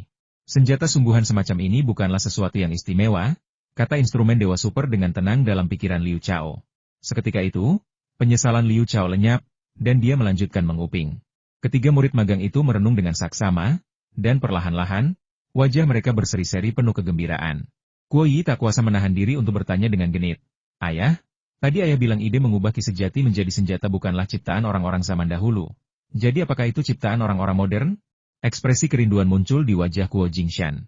Tentu saja, gagasan mengubah ki sejati menjadi prajurit bukanlah ciptaan orang modern. Ayah, gagasan mengubah ki sejati menjadi senjata bukanlah ciptaan orang-orang zaman dahulu atau zaman modern. Mungkinkah itu ciptaan alien? Tanya Kuo Yi dengan heran. Tebakanmu benar, itu memang diciptakan oleh alien. Kuo Jingshan menatap Kuo Yi dengan mata penuh kasih sayang dan berkata sambil tersenyum. Ah, benarkah ini diciptakan oleh alien? Alien pernah mengunjungi bumi? Tanya Kuo Yi dengan terkejut. Alien memang pernah mengunjungi bumi. Tetapi itu terjadi miliaran tahun yang lalu, kata Kuo Jingshan sambil menghela napas. Ayah, kau benar-benar tidak tahu apa-apa. Bumi baru ada selama 6 miliar tahun. Miliaran tahun yang lalu, bumi bahkan belum ada. Bagaimana mungkin alien mengunjungi bumi saat itu? Kata Kuo Yi dengan genit. Hahaha. Kuo Jingshan tertawa, kau benar, tapi ayah juga tidak salah. Bagaimana ini mungkin? Bukan hanya Kuo Yi dan kedua kakak laki-lakinya, tetapi bahkan Liu Chao, yang sedang menguping, tampak tak percaya. 4 tahun lalu, saya cukup beruntung mewakili negara dalam ekspedisi ke tempat magis, di mana saya mempelajari rahasia mengubah ki sejati menjadi senjata. Sejak itu, praktik mengubah ki sejati menjadi senjata menjadi populer di bumi. Instrumen ilmiah telah menunjukkan bahwa tempat magis itu telah ada selama lebih dari 30 miliar tahun, bahkan lebih tua dari bumi itu sendiri. Kuo Jingshan menghela napas menyesal. Sayangnya, masih banyak rahasia lain yang tidak dapat diungkap sebelum ekspedisi harus dihentikan. Jadi, Ada harta karun luar angkasa di bumi, dengan sejarah lebih dari 30 miliar tahun, yang mencatat beberapa rahasia alien dan teknik kultivasi. Ketiga murid dan Liu Chao bergumam sendiri. Wajah mereka menunjukkan kekaguman dan kerinduan. Lebih dari 30 miliar tahun yang lalu, alien sudah mampu mengubah ki sejati menjadi senjata. Lebih dari 30 miliar tahun kemudian, sejauh mana alien telah mengembangkan budaya kultivasi mereka? Baiklah, itu saja untuk hari ini. Silakan kembali bekerja. Kuo Jingshan melambaikan tangannya, turun dari panggung, dan berjalan keluar. Terima kasih atas bimbingan Anda, Guru. Zhuo Xiong dan San Qisheng secara bersamaan berbicara dengan hormat kepada sosok Kuo Jingshan yang mundur. Kuo Yi menyusulnya dan bertanya dengan penasaran. Ayah, tidak bisakah kita pergi ke sana untuk menjelajah sekali lagi? Tentu saja itu mungkin. Tetapi kita harus menunggu beberapa saat. Ekspresi kerinduan muncul di wajah Kuo Jingshan, yang jelas menunjukkan bahwa dia sangat ingin menjelajahi tempat itu lagi. Setelah mengatakan itu, dia mempercepat langkahnya dan menghilang dari pandangan semua orang hanya dalam beberapa langkah. Liu Xiaoqiang, kau datang tepat waktu. Mari kita mulai. Kuo Yi tentu saja sudah melihat Liu Chao di luar pintu sejak lama, dan melambaikan tangan kepadanya sambil tersenyum. Selamat malam. Liu Chao melangkah mendekat, senyum tampan menghiasi wajahnya. Pesona maskulinnya benar-benar tak terbantahkan. San Qisheng belum bereaksi banyak, dia hanya menatap Liu Chao dari atas ke bawah dengan rasa ingin tahu. Namun, Zhuo Xiong mengerutkan kening, kilatan tajam terpancar di matanya, seolah-olah dia tidak menyukai Liu Chao. Dia berjalan mendekat ke Kuo Yi dan berkata pelan, "Adikku, apakah dia rekan latih tanding yang kau sanjung-sanjung setinggi langit bernama Liu Xiaoqiang? Kurasa dia bukan siapa-siapa. Kakak senior, jangan remehkan dia. Dia sudah menguasai teknik perisai lonceng emas hingga tingkat puncaknya. Dia adalah rekan latih tanding terbaik.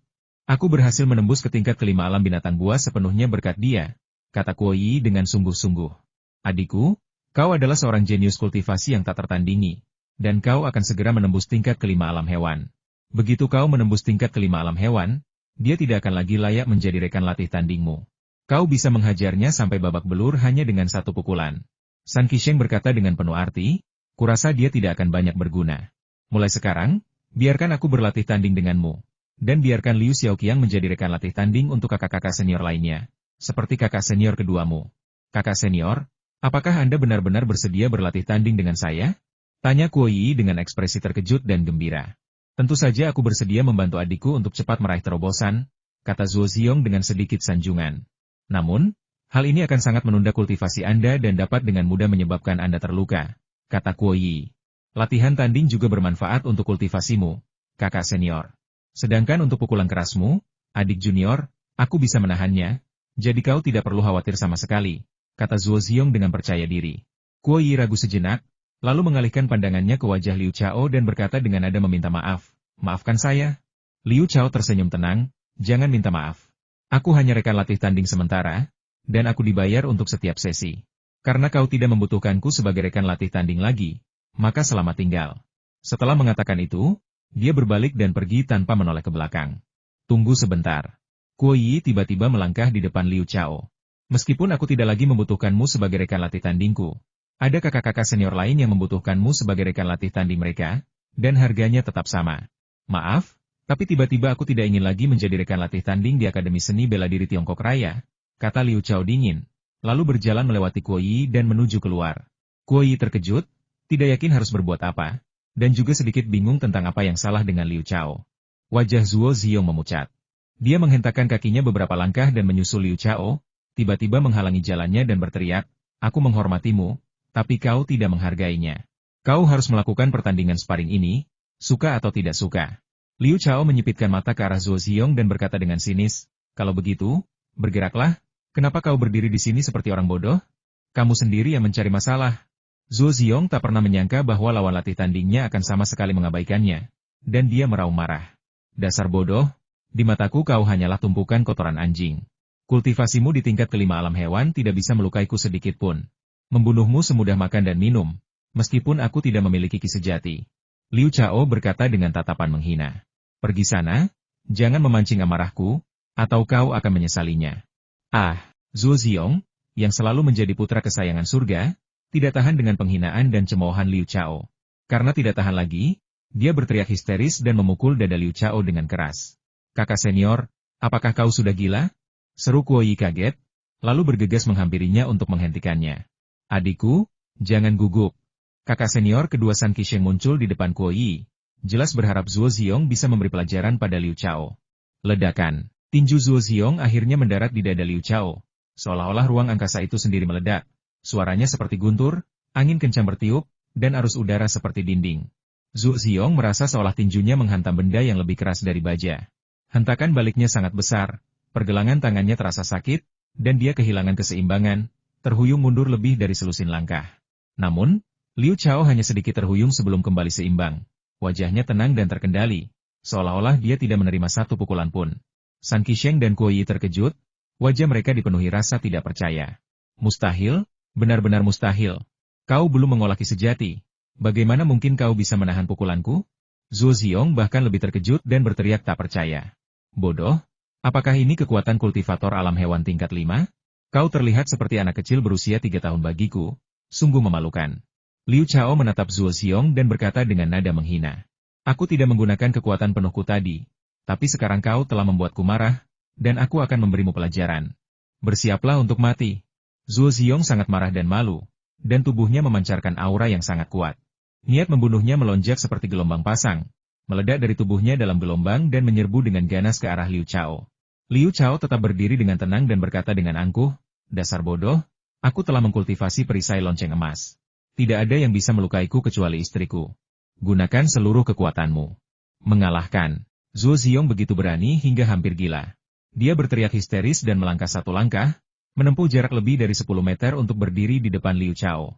Tinju kanannya, seperti meteor, menghantam dada Liu Chao dengan aura kematian. Energi sejati yang tajam melonjak keluar dengan liar, mencoba menghancurkan tulang dada Liu Chao.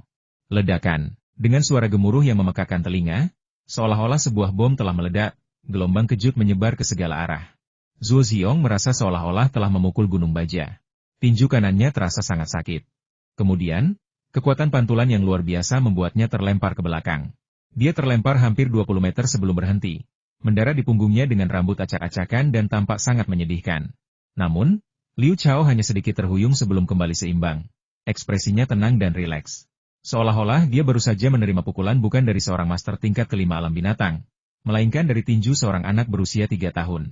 Bagaimana mungkin seorang ahli bela diri yang belum mengolah ki sejati, hanya berlatih jurus keras perisai lonceng emas, dapat menahan serangan penuh dari seorang ahli tingkat 5 di alam hewan? Ketiganya menatap Liu Chao dengan tatapan kosong, wajah mereka dipenuhi keteran. Tanpa mereka sadari, pukulan pertama Zuo Ziong telah memberikan keuntungan luar biasa bagi Liu Chao, meningkatkan bila kemajuan kemampuan bertahan kura-kura di layar virtual dalam pikiran Liu Chao dari 20% menjadi 23%. Tentu saja, kemampuan bertahannya meningkat pesat. Selain itu, ia telah menggabungkan kekuatan semut dengan kemampuan melompat kutu, dan telah sepenuhnya menguasai serta mengintegrasikannya. Ia dapat menahan pukulan penuh dari seorang ahli tingkat 5 alam binatang tanpa kesulitan. Dasar bodoh, ayolah, sudah makan? Liu Chao memandang Zuo Ziong dengan jijik dan memberi isyarat kepadanya. Dia diam-diam merasa senang. Zuo Ziong memang sangat kuat. Barusan, pukulannya yang memancarkan energi sejati telah menyebabkan bila kemajuan fusi kemampuan bertahan kura-kura melonjak dari 25% menjadi 30%, dan kemampuan bertahannya sendiri telah meningkat lagi. Sebenarnya siapakah kamu? Zuo Ziong perlahan bangkit, tampak waspada. Tiba-tiba, sebuah pedang yang berkilauan dengan cahaya dingin yang menyilaukan muncul di tangan kanannya, dan auranya langsung meningkat 100 kali lipat. Seorang master yang telah mencapai tingkat kultivasi seperti itu benar-benar bisa mematikan dengan menggunakan senjata sungguhan yang dapat ia kendalikan dengan mudah. Jika dikombinasikan dengan kemampuan pedangnya yang luar biasa, ia bahkan lebih menakutkan daripada jenderal ganas manapun di zaman kuno. Telinga Liu Chao tiba-tiba berkedut, dan rasa takut langsung muncul di wajahnya. Dia berkata dengan marah, aku adalah rekan latih tanding yang menguasai perisai lonceng emas. Aku punya harga diri. Aku bukan pelayan yang datang dan pergi sesuka hatimu. Aku tidak ingin menjadi rekan latih tandingmu lagi. Apa? Kau ingin menggunakan kekerasan? Kau tidak bisa berbuat apa-apa padaku dengan tinjumu, jadi kau ingin menggunakan senjata sungguhan? Bah, kau tidak tahu malu. Kamu memang mencari masalah. Zuo Ziong gemetar karena keberanian, mengangkat pedangnya, dan mendekati Liu Chao selangkah demi selangkah, seolah berniat membunuh Liu Chao dengan satu serangan. Kakak senior, tolong tenanglah. San Qisheng segera menghentikannya dan berkata, kakak senior, bagaimana mungkin kau menggunakan senjata sungguhan melawan orang biasa yang belum mengolah ki sejati? Kuo Yi juga berkata dengan marah. Bagaimana mungkin dia orang biasa? Bisakah orang biasa menahan 2 pukulan dariku? Kurasa dia hanya di sini untuk menantang kita. Minggir semuanya, aku akan memberinya pelajaran.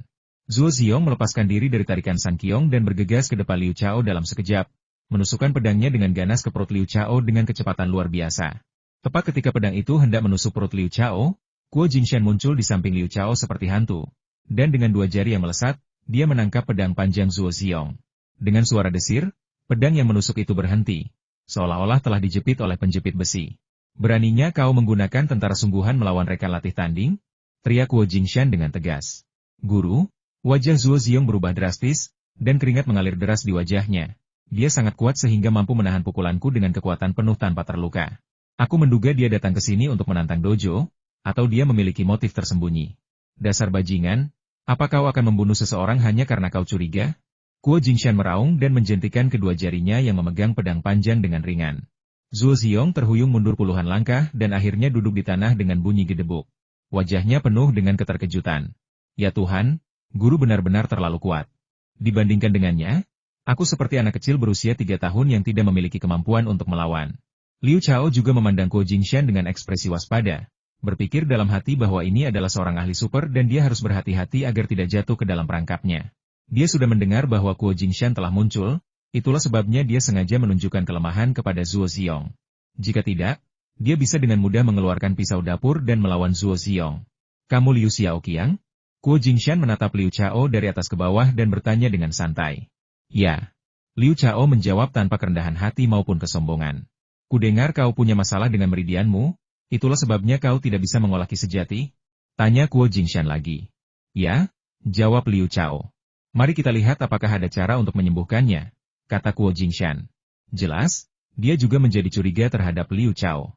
Seorang rekan latih tanding yang mampu menahan kekuatan penuh seorang master yang telah berkultivasi hingga tingkat kelima alam harimau ganas, namun belum berkultivasi ki sejati, benar-benar melanggar aturan kultivasi. Karena itu, dia ingin memeriksanya secara pribadi. Terima kasih, Guru. Liu Chao tentu saja mengerti apa yang dipikirkan pihak lain. Tanpa ragu-ragu, dia mengangkat tangan kanannya dan membiarkan pihak lain memeriksanya. Kuo Jingshan menggenggam tangan kanan Liu Chao dan mengirimkan aliran tipis energi sejati ke meridian Liu Chao, mengalir melalui meridian Liu Chao seperti air mata air. Setelah sekian lama, ia menarik kembali energi sejatinya. Wajahnya dipenuhi amarah, dan ia berteriak, dasar bajingan. Kau benar-benar menggunakan racun pemutus meridian untuk menghancurkan seorang jenius yang tak tertandingi. Sungguh menjijikan. Kuo Jingshan benar-benar sesuai dengan reputasinya sebagai seorang guru yang telah mencapai puncak tingkat ketujuh alam binatang buas. Dia mampu mendiagnosis secara langsung bahwa aku diracuni oleh racun pemutus meridian. Wawasannya jauh lebih unggul daripada Luoli. Liu Chao memuji dalam hatinya, tetapi berkata dengan lantang, Guru, Anda benar-benar melihatnya. Memang, aku diracuni dengan racun pemutus meridian ketika masih muda, dan aku tidak pernah mampu mengolah ki sejati. Kuo Jingshan memandang Liu Chao dengan iba dan menyesal, lalu menghela napas, kau pasti sangat berbakat saat masih muda, itulah sebabnya orang lain iri dan meracuni meridianmu. Dari keluarga bela diri kuno mana kau berasal? Sebenarnya, aku tidak tahu dari keluarga mana aku berasal. Aku ditinggalkan saat masih kecil. Liu Chao berhenti berbicara setelah mengatakan ini, tanpa seperti tidak ingin mengatakan lebih banyak. Hahaha. Sayang sekali, sungguh disayangkan. Kuo Jingshan tanpa patah hati dan menyesal. Meskipun aku tidak bisa mengolah ki sejati dan karenanya tidak bisa menjadi ahli tingkat atas, tidak akan mudah bagi para ahli bela diri yang telah mengolah ki sejati untuk menindasku. Ekspresi bangga muncul di wajah Liu Chao, dan dia melirik Zuo Xiong, yang sudah berdiri, dengan jijik. Zuo Xiong gemetar karena marah, berharap dia bisa segera maju dan memberi pelajaran pada Liu Chao. Dia tidak pernah menyangka bahwa Liu Chao sebenarnya adalah seorang seniman bela diri yang belum mengolah ki sejati. Namun, dia, seorang master yang telah berkultivasi hingga tingkat kelima alam binatang, tidak dapat melukai Liu Chao sedikit pun dengan dua pukulannya. Sebaliknya, dirinya sendiri tertutup debu dan kotoran. Penyesalan Kuo Jingshan semakin dalam, dan kekagumannya pada Liu Chao semakin kuat. Dia dengan hati-hati mempertimbangkan kata-katanya dan berkata dengan lembut, orang yang berbeda yang berlatih teknik yang sama akan memiliki tingkat kekuatan yang berbeda. Mereka yang berbakat tinggi akan memiliki kekuatan besar, sementara mereka yang berbakat rendah hanya akan memiliki kekuatan rata-rata. Anda memiliki bakat yang tak tertandingi, jadi berlatih teknik sulit seperti perisai lonceng emas akan menghasilkan kekuatan yang mengerikan. Saya dengan sungguh-sungguh mengundang Anda untuk menjadi rekan latih tanding jangka panjang putri saya, Kuo Yi. Biaya untuk setiap sesi latih tanding adalah 10.000. Apakah Anda bersedia? Nak, jika kau berani setuju, aku akan mencabik-cabikmu. Wajah Zuo Xiong langsung berubah ganas, tangannya mengepal, dan dia berteriak dengan garang di telinga Liu Chao menggunakan metode telepati rahasia. Tampaknya, fakta bahwa Liu Chao adalah rekan latih tanding jangka panjang Kuo Yi merupakan ancaman besar baginya. Haha. Mengancamku? Kau pasti buta. Liu Chao mencibir dalam hati. Dia tidak pernah menundukkan kepala kepada siapapun sejak lahir. Saat SMP, dia pernah melawan 3 preman yang datang untuk mengganggunya sendirian selama 3 jam. Dia mengalahkan ketiga preman itu hingga babak belur dan membuat mereka lari. Dia mengejar mereka selama lebih dari 1 jam sampai mereka berlutut di tanah dan memohon ampun sebelum dia melepaskan mereka. Lalu ia menatap Zuo Xiong dengan tatapan mengejek dan berkata dengan suara tegas, "Guru, saya bersedia menanggung kesulitan apapun untuk menjadi rekan latih tanding Yi dalam jangka panjang, untuk membantunya tumbuh lebih kuat dengan cepat dan menembus satu rintangan demi rintangan." Hahaha, Kuo Jingshan tertawa riang, dan kekagumannya pada Liu Chao semakin kuat. Meskipun diracuni oleh racun meridian terputus sejak kecil dan tidak mampu mengolah ki sejati, pemuda ini sama sekali tidak dekaden atau merusak diri sendiri.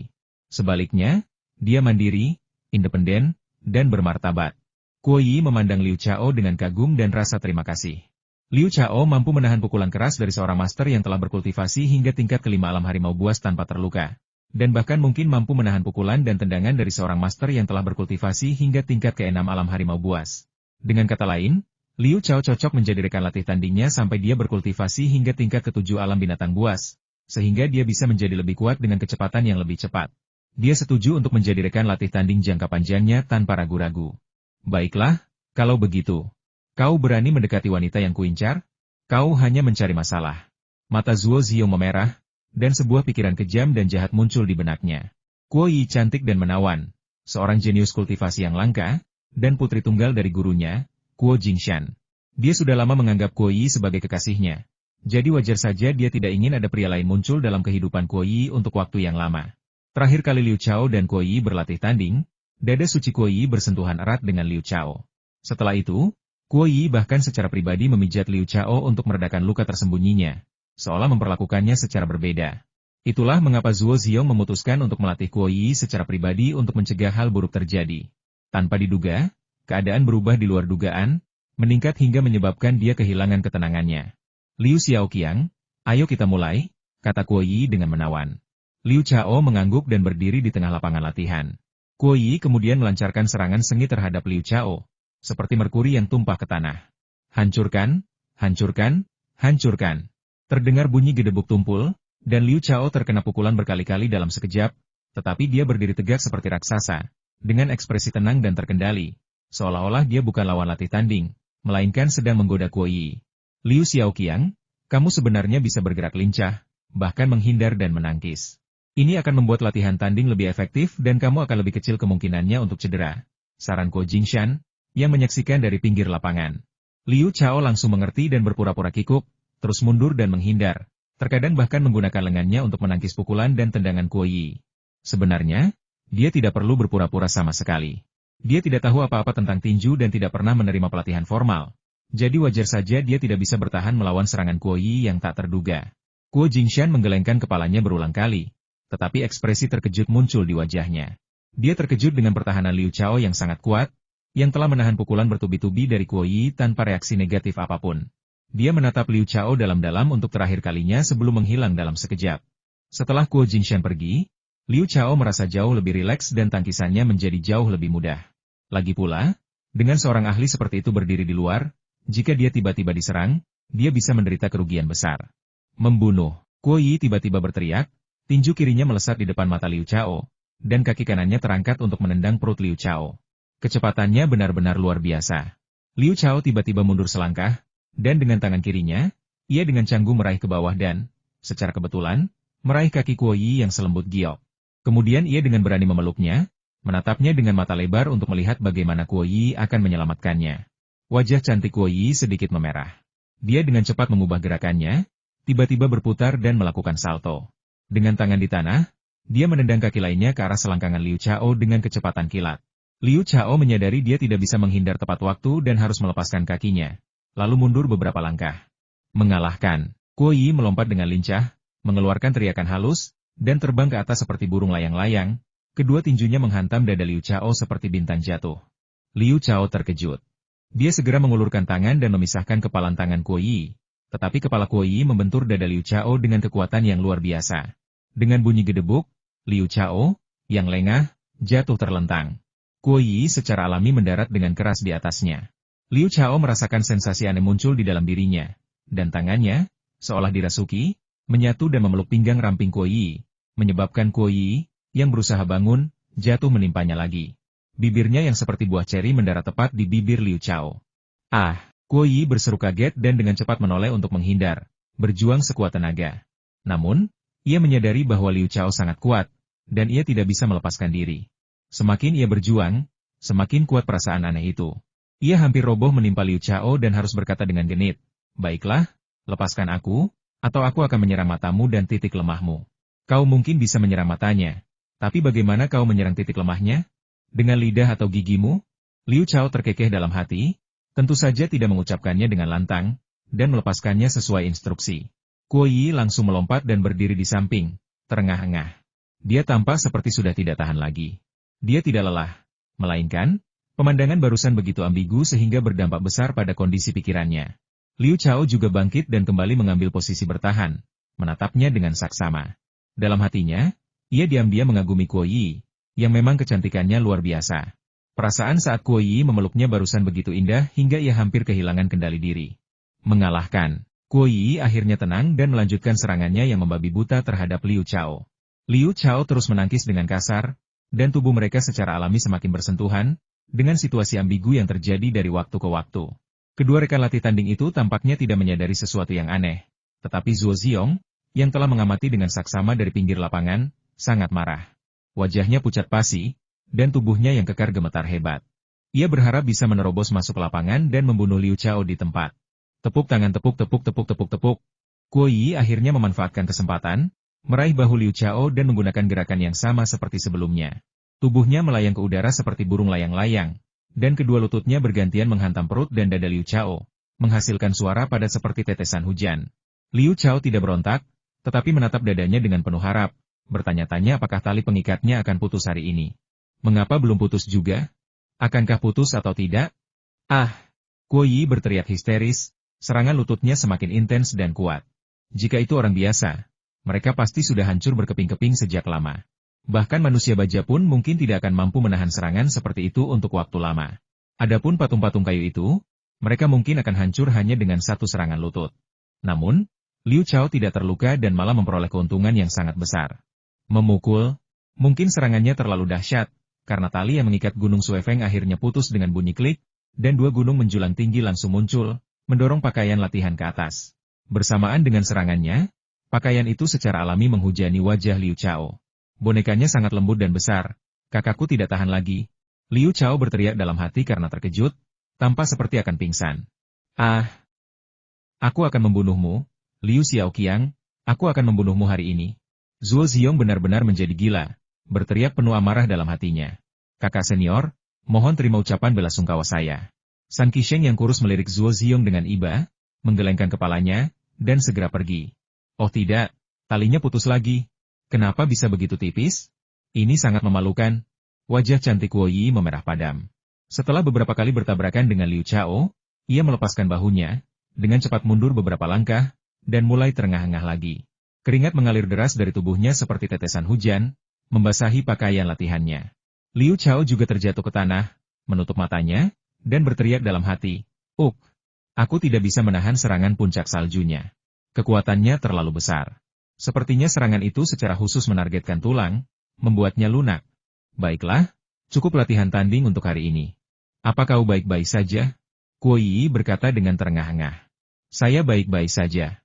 Liu Chao perlahan bangkit, terengah-engah. Ayo, kita ke kamarku. Setelah Kuo Yi selesai berbicara dengan menawan, dia dengan anggun memimpin jalan. Untuk apa kau pergi ke kamarnya? Mungkinkah? Liu Chao tak berani berpikir lebih jauh, tetapi ia mengikuti tanpa ragu-ragu. Terlebih lagi, ia memberikan tatapan mengejek kepada Zuo Ziong, yang masih berdiri di luar dengan wajah muram, yang membuat Zuo Ziong sangat marah hingga hampir mengamuk di tempat. Setelah berjalan hanya sekitar 5 menit, kami tiba di depan sebuah villa terpisah. Kuo Yi masuk tanpa berhenti, lalu berbalik dan berkata dengan genit, silakan mandi di kamar itu. Aku juga perlu mandi, aku sudah terlalu banyak berkeringat. Jantung Liu Chao mulai berdebar kencang. Ia berpikir dalam hati, benar. Memang tidak baik melakukan itu saat tubuh berkeringat. Mandi itu wajib, tapi kenapa tidak mandi bersama? Tentu saja, dia tidak bisa mengungkapkan keraguannya. Jadi dia pergi ke kamarnya untuk mandi dengan ekspresi penuh harapan. Menjadi reka latih tanding jangka panjang Kuo Yi dan menerima perlakuan seperti itu benar-benar di luar dugaannya. Kamar itu mewah, sangat mewah, dengan perabotan dan peralatan kelas atas. Kamar mandinya begitu luas hingga membuat Liu Chao terkejut, hampir seperti sebuah ruangan tersendiri. Lalu dia mengisi bak mandi mewah itu dengan air hangat, berbaring di dalamnya, dan menikmati mandi yang menyenangkan. Setelah mandi, dia tiba-tiba menyadari bahwa dia tidak punya pakaian bersih untuk diganti. Meskipun ruang tikus merah punya beberapa, dia tidak bisa menggantinya, kalau tidak Kuo Yi pasti akan curiga. Saat ia ragu-ragu, suara merdu Kuo Yi terdengar dari luar pintu. Liu Xiaoqiang, apakah kamu sudah selesai mandi? Jika sudah, keluarlah, kita bisa mulai. Sebelum dia selesai berbicara, jantung Liu Chao mulai berdebar kencang. Napasnya menjadi sangat cepat, mulutnya kering, dan seluruh tubuhnya terasa seperti terbakar. Awalnya dia mengira telah salah paham tentang niat wanita itu karena hasratnya yang terpendam, tetapi dia tidak tahu bahwa wanita itu sebenarnya ingin berhubungan seks satu malam dengannya. Mungkinkah menjadi teman latih tanding jangka panjangnya sama artinya dengan menjadi pacar resminya? Ya, tentu saja. Jika tidak, Kuo Jingshan tidak akan menanyakan hal itu dengan begitu serius. Dan Zuo Xiong tidak akan lagi merasa cemburu padanya. Memikirkan hal itu, dia sama sekali tidak ragu. Dia dengan cepat melompat keluar dari bak mandi, melilitkan handuk di lehernya, dan berjalan keluar dengan ekspresi penuh antisipasi dan kerinduan di wajahnya. Hari ini, gelar kader junior ini akhirnya bisa dihapus. Begitu Liu Chao keluar dari kamar mandi, dia terkejut mendapati Kuo Yi tidak ada di ruangan itu. Namun, suara Kuo Yi yang menawan terdengar dari luar pintu. Ganti pakaianmu dengan pakaian dalam yang ada di tempat tidur dan berbaringlah di tempat tidur. Aku akan segera ke sana. Liu Chao sangat gembira hingga hampir pingsan. Ya Tuhan, dia benar-benar ingin tidur dengannya. Bagaimana mungkin dia menolak? Dia berjalan dengan linglung, mengenakan celana pendek yang sangat longgar, dan berbaring di tempat tidur dengan napas terengah-engah. Liu Chao baru saja berbaring di tempat tidur ketika Kuo Yi, mengenakan pakaian terusan berwarna kuning muda, masuk dengan aroma yang kuat dan menyenangkan. Ia memegang botol obat di tangannya, dan matanya yang cerah langsung tertuju pada Liu Chao. Ia berseru dengan terkejut, Xiaoqiang, kali ini kau tidak terluka parah. Tidak ada kemerahan atau memar di kulitmu. Mungkinkah kau telah membuat kemajuan luar biasa dalam teknik perisai lonceng emasmu? Sepertinya tidak perlu dipijat. Tanpa sepengetahuannya, Liu Chao telah menyerap 20% kemampuan pertahanan kura-kura tersebut. Setelah berlatih tanding semalaman, kekuatan pertahanan kura-kura itu meningkat menjadi 50%. Pertahanannya kini jauh lebih kuat dari sebelumnya. Dan meskipun menerima pukulan bertubi-tubi dari Kuo Yi, ia tetap tidak terluka. Apa? Hanya pijat? Kenapa dibuat begitu ambigu? Liu Chao langsung kecewa, dan keinginannya lenyap tanpa jejak. Namun, ia segera menjawab, aku memang telah membuat kemajuan dalam kultivasi perisai lonceng emas. Cederaku tidak separah sebelumnya, tetapi seluruh tubuhku masih terasa sakit. Tentu saja, itu bohong. Sebenarnya, dia sama sekali tidak merasakan sakit. Dia hanya ingin menikmati dirinya sendiri. Lagi pula, pijatan Kuo Yi sangat nyaman sehingga dia benar-benar terpikat olehnya. Kalau begitu, aku akan memijatmu untuk menyembuhkan semua luka tersembunyi. Kuo Yi berkata lembut sambil duduk di tepi tempat tidur. Dia menjelaskan, aku bisa saja menyewa seseorang untuk memijatmu. Tetapi kau adalah rekan latih tandingku jangka panjang, dan aku harus bertanggung jawab atas kesehatanmu. Jadi aku merasa lebih tenang jika aku memijatmu sendiri. Lagi pula, aku tahu persis di mana kau terkena pukulan keras, dan aku tahu persis seberapa besar tekanan yang harus diberikan dan berapa lama aku harus memijatmu. Terima kasih, Yi. Kamu adalah wanita yang baik dan cantik. Liu Chao memandanginya dengan kekaguman dan ketertarikan, namun perasaan melankolis dan penyesalan membuncah di hatinya. Ada begitu banyak wanita cantik di dunia ini, dan dia terus bertemu dengan wanita-wanita cantik yang memukau. Apakah dia sedang beruntung dalam urusan cinta? Tapi dia tidak bisa memiliki semuanya. Aku juga ingin berterima kasih padamu. Kuo Yi mengoleskan obat ke dada, perut bagian bawah, dan paha Liu Chao, memijatnya dengan cara yang ajaib, sambil berkata dengan suara manis, dengan latihan tandingmu, aku bisa menghemat banyak waktu latihan dan menjadi lebih kuat dengan cepat. Liu Chao tersenyum tipis dan mengganti topik pembicaraan. Bertanya, Yi, kamu baru berumur 19 tahun ini, apakah kamu tidak sekolah? Kuo Yi tersenyum nakal. Bagaimana menurutmu? Kurasa aku sebaiknya berhenti belajar dan fokus pada kultivasi, kata Liu Chao. Hehe, tebakanmu salah. Aku baru saja lulus SMA dan akan segera kuliah di Universitas Peking. kata Kuo Yi sambil tersenyum menawan. Universitas Yanjing? Liu Chao terkejut. Astaga, bukankah dia satu sekolah dengannya? Apa? Aneh ya? Meskipun Universitas Yanjing memiliki nilai penerimaan yang sangat tinggi, aku tetap diterima, kata Kuo Yi dengan bangga. Kau luar biasa, benar-benar berbakat dalam bidang akademik dan bela diri, seru Liu Chao, lalu dengan santai bertanya, ngomong-ngomong, kau dari akademi mana? Tentu saja, jurusan ilmu hewan di Fakultas Biologi. Saya sangat menikmati memelihara hewan liar seperti serigala, mastif Tibet, harimau, dan macan tutul, kata Kuo Yi. Ah, Liu Chao benar-benar tercengang. Kuo Yi ternyata teman sekelasnya. Untungnya, dia menyamar. Kalau tidak, akan sangat memalukan saat mereka berada di sekolah. Orang-orang akan mengira dia pacarnya. Apakah menurutmu tidak pantas bagi gadis sepertiku untuk menyukai hewan liar? Tanya Kuo Yi dengan genit. Tidak, tidak. Aku hanya penasaran karena aku juga sangat menyukai burung pemangsa dan hewan liar. Sepertinya kita memiliki minat yang sama, sepertinya kita ditakdirkan untuk bertemu, kata Liu Chao cepat, sambil terus berbicara tanpa henti. Takdir? Wajah cantik Kuo Yi memerah padam. Dia tahu bahwa dirinya dan pemuda bernama Liu Xiaoqiang ini ditakdirkan untuk bersama selama lebih dari 10 tahun, atau bahkan beberapa dekade, sampai dia menjadi begitu kuat sehingga pemuda itu tidak lagi mampu menahan serangannya. Jangka waktu selama itu bahkan bisa melampaui waktu yang dihabiskan suami dan istri bersama. Memikirkan hal itu, ekspresi lembut muncul di wajah cantiknya, dan dia memijat Liu Chao dengan sekuat tenaga. Dia berkata dengan sedikit penyesalan, Xiaoqiang, kau sebenarnya jenius yang lebih hebat dariku. Hanya karena kau diracuni oleh racun pemutus meridianlah kejeniusanmu terhenti. Jangan khawatir, ketika aku menjadi kuat, aku pasti akan membantumu menemukan musuhmu dan membalaskan dendammu. Liu Chao menatap gadis cantik, murah hati, dan ramah itu dengan tatapan aneh, merasakan gelombang emosi dan kelembutan di hatinya. Gadis seperti itu benar-benar pantas mendapatkan perlindungannya selamanya. Jangan menatapku seperti itu, nanti aku jadi tersipu. Kuo Yi memutar matanya dengan menawan kepada Liu Chao, memancarkan aura yang memikat dan memesona yang hampir membuat Liu Chao kehilangan kendali diri. Liu Chao dengan enggan mengalihkan pandangannya dari wajah cantiknya, lalu, seperti yang diperintahkannya, berbalik dan berbisik, Yi, senang sekali mengenalmu. Kau belum jatuh cinta padaku, kan? Biar ku katakan, kau akan terluka jika jatuh cinta padaku. Goda Kuo Yi. Aku tak berani jatuh cinta padamu, aku benar-benar takut terluka, kata Liu Chao, tetapi dalam hatinya ia menambahkan, aku takut kau yang akan terluka. Ada terlalu banyak gadis cantik yang menyukaiku. Hehe, Xiaoqiang, apakah kamu punya pacar? Tanya Kuo Yi sambil tersenyum genit. Liu Chao berpikir sejenak lalu menggelengkan kepalanya dengan berat. Meskipun banyak wanita cantik menyukainya, tak satupun dari mereka yang bisa dianggap sebagai pacarnya. Wang Yun hanyalah penipu. Dia dan Yao Nan bahkan belum resmi menjalin hubungan, dan semuanya gagal karena perilaku buruk orang tua Yao Nan. Dia tidak tahu bagaimana menangani hubungannya dengan Yao Nan di masa depan. Ya ampun, kau ternyata masih perawan, ya? Tanya Kuo Yi dengan terkejut. Ya, aku tidak akan menjadi pemula untuk waktu yang lama, kata Liu Chao, terdengar sedikit ragu. Kamu terlalu jujur dan tidak tahu cara mendekati perempuan. Tidak akan mudah bagimu untuk menemukan pacar yang menyukaimu. Tapi jangan khawatir, aku akan mengenalkanmu pada beberapa perempuan. Kebahagiaanmu ada di tanganku, kata Kuo Yi sambil tersenyum genit. Terima kasih, terima kasih. Liu Chao berpura-pura terkejut. Kau benar-benar memanfaatkan kesempatan ini, kurasa kau sendiri tidak sepenuhnya jujur, kata Kuo Yi dengan genit. Aku orang yang sangat jujur, kata Liu Chao dengan ekspresi sederhana dan jujur. Ngomong-ngomong, Yi, apakah kamu pernah punya pacar?